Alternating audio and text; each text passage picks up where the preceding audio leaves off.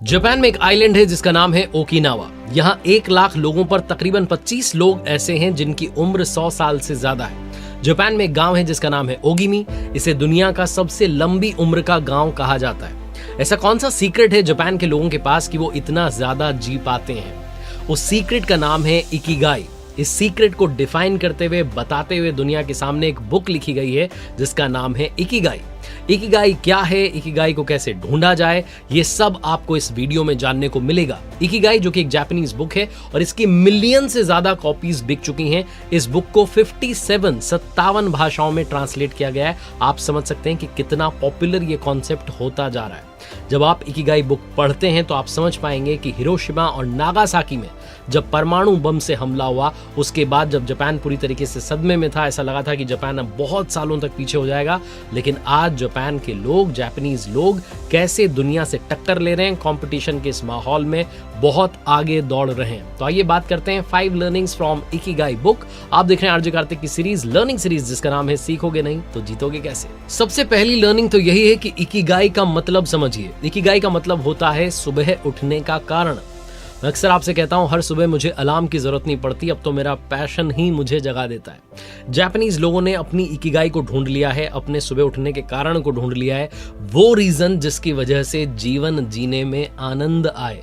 सुबह सुबह आपकी नींद खुले तो आपको लगे कि आज दिन में करने के लिए मेरे पास में बड़ा इंटरेस्टिंग काम है। तो इकिगाई अगर आप ढूंढ लेते हैं तो लाइफ बहुत सॉर्टेड हो जाती है।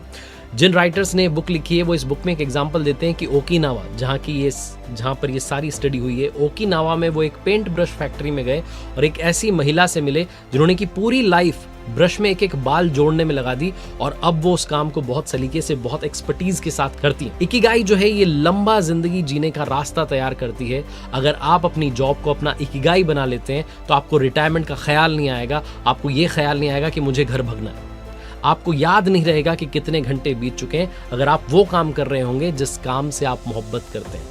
अपना इकिगाई कैसे ढूंढें, उसके 4 बहुत आसान तरीके इस बुक में बताए गए हैं। सबसे पहला है पैशन। पैशन का मतलब है कि वो काम जिससे आप प्यार करते हैं और जिससे करने में आप एक्सपर्टीज हासिल कर चुके हैं, उसे कहते हैं पैशन। फिर आता है दूसरा प्रोफेशन। वो काम जिसे करने में आप एक्सपर्ट हैं और उसके लिए आपको पैसे भी मिल रहे हैं, तो इन दोनों को मिलाने से बन जाता है प्रोफेशन। तीसरा आता है वोकेशन। वो काम जिसे करने से आपको पैसे मिलते हैं और दुनिया को भी उस काम की जरूरत है, दुनिया की भी मदद हो रही है, इन दोनों को मिला देते हैं तो बनता है वोकेशन यानी कि पेशा।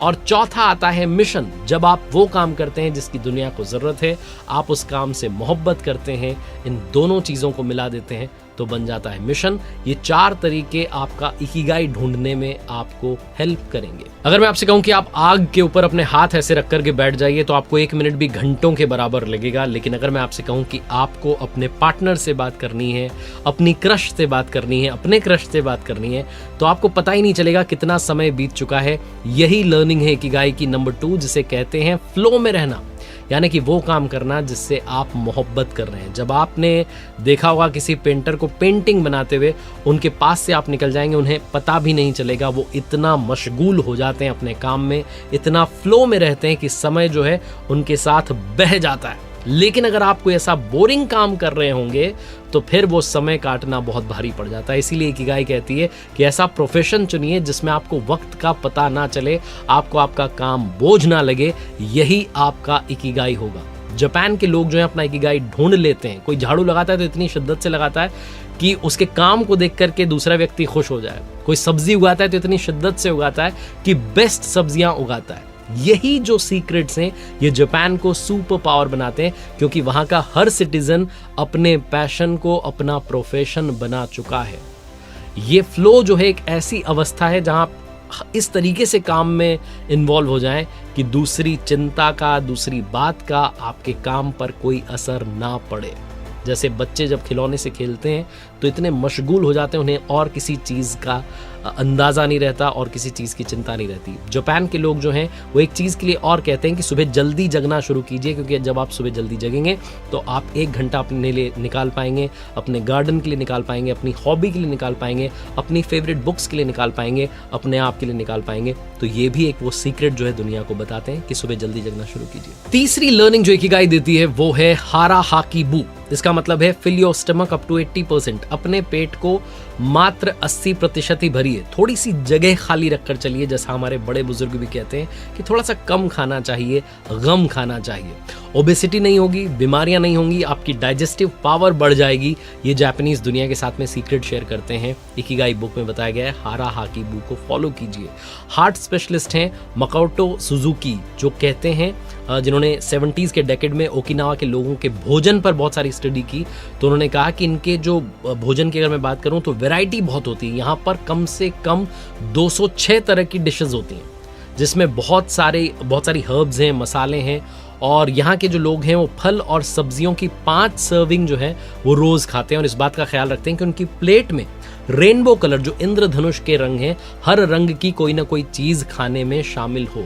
उनका भोजन बहुत ही सादा रहता है, चावल होते हैं, नूडल्स होते हैं, नमक और चीनी का कम इस्तेमाल करते हैं। इसीलिए वहाँ पर चीनी की खपत 60% कम है और नमक की खपत जो है वो 50% कम है जापान में। जापानीज लोगों का बहुत ही आसान सा तरीका है।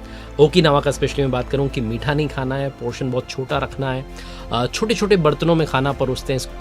इसमें ऐसा लगता है आपको कि बहुत सारा खाना परोस दिया गया है, जबकि असल में खाना बहुत कम मात्रा में होता है। इसमें चावल, सब्जियां, सूप और बीन्स के जो हैं स्नैक्स होते हैं। जिस बात को मॉडर्न साइंस ने अब जाकर के समझा है, बहुत सारी रिसर्च स्टडीज के बाद में समझा है, उसे ओकिनावा के लोग बहुत पहले समझ चुके हैं, और इसीलिए वहां पर शतायु पार के लोग, 100 पार करने वाले लोग बहुत सारे रह रहे हैं। चौथी जो लर्निंग इकिगाई से मैंने सीखी है वो है मोरिटा थेरेपी, यानी कि accept the things as it is. जैसी हैं वैसी अगर आप स्वीकार लेंगे तो लाइफ बहुत आसान हो जाएगी। बहुत सारे लोग परफेक्शन के पीछे दौड़ रहे होते हैं, भाग रहे होते हैं, लेकिन तब उन्हें समझ में आता है कि परफेक्शन नाम की कोई चीज़ नहीं होती है। कोई ना कोई कमी, कहीं ना कहीं कोई कमी जो है वो रह जाती है।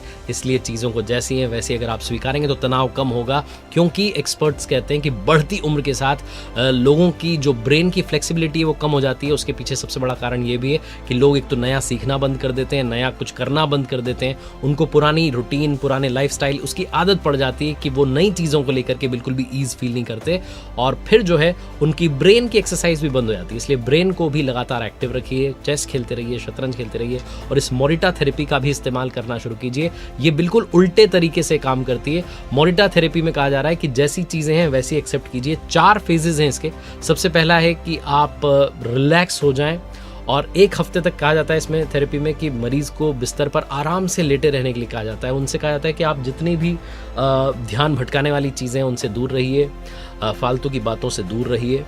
दूसरा जो इसका चरण है उसमें एक्टिविटीज़ पर ध्यान दिया जाता है, वॉक कीजिए, ब्रीदिंग एक्सरसाइज कीजिए। तीसरा जो चरण है उसमें एक्टिविटीज़ को थोड़ा और बढ़ाया जाता है, जैसे कि पेंटिंग कीजिए या लकड़ी काटने का काम कीजिए। कुछ ना कुछ उसमें प्रोडक्टिव काम जोड़ दिए जाते हैं, नए नए एक्सपीरियंसेस दिए जाते हैं, माइंड को इंगेज किया जाता है। और फिर चौथा फेज़ आता है मोरिटा थेरेपी में कि जब पेशेंट ठीक होने लगता है, रिकवर होने लगता है, तरोताज़ा फील करने लगता है, तो पुरानी दुनिया से निकल करके एक नई सोच, नए पर्पस, नए उद्देश्य के साथ में जीवन में एंट्री कर रहा होता है। तो ये 4 फेजेस में मोरिटा थेरेपी होती है। जापान के जो लोग हैं वो मोरिटा थेरेपी की मदद से गलत चीज़ों को भी एक्सेप्ट करके उनको माफ़ कर देते हैं। दिन भर में जो कुछ गलतियां हुई उनको शाम में माफ़ कर देते हैं, गिल्ट नहीं रखते हैं, अगले दिन की फ्रेश स्टार्ट करते हैं और फ्रेश लाइफ हर दिन जीना शुरू करते हैं। और सबसे इंपॉर्टेंट लर्निंग नंबर 5 इकिगाई से सीखने को मिलता है रेडियो टाइसो के बारे में। ये क्या है? इसका मतलब है कि आप हमेशा बॉडी को मूवमेंट में रखिए, चलते फिरते रहिए। जापान के जो लोग हैं उनकी लंबी और खुशहाल जिंदगी का सीक्रेट ये है कि वो हमेशा अपनी बॉडी को मूवमेंट में रखते हैं, एक्सरसाइज करते हैं। जापान में रेडियो पर सुबह और शाम में एक ट्रेडिशन है, 50 साल पहले से ट्रेडिशन चला आ रहा है। सुबह और शाम में रेडियो पर ऐसे प्रोग्राम ब्रॉडकास्ट करवाए जाते हैं जिनसे लोग एक्सरसाइज कर सके, लोगों को एक्सरसाइज करवाई जाती है। और ये ट्रेडिशन 50 सालों से भी ज़्यादा समय से चला आ रहा है। इसे रेडियो टाइसो कहा जाता है क्योंकि रेडियो पर एक प्रोग्राम आ रहा है।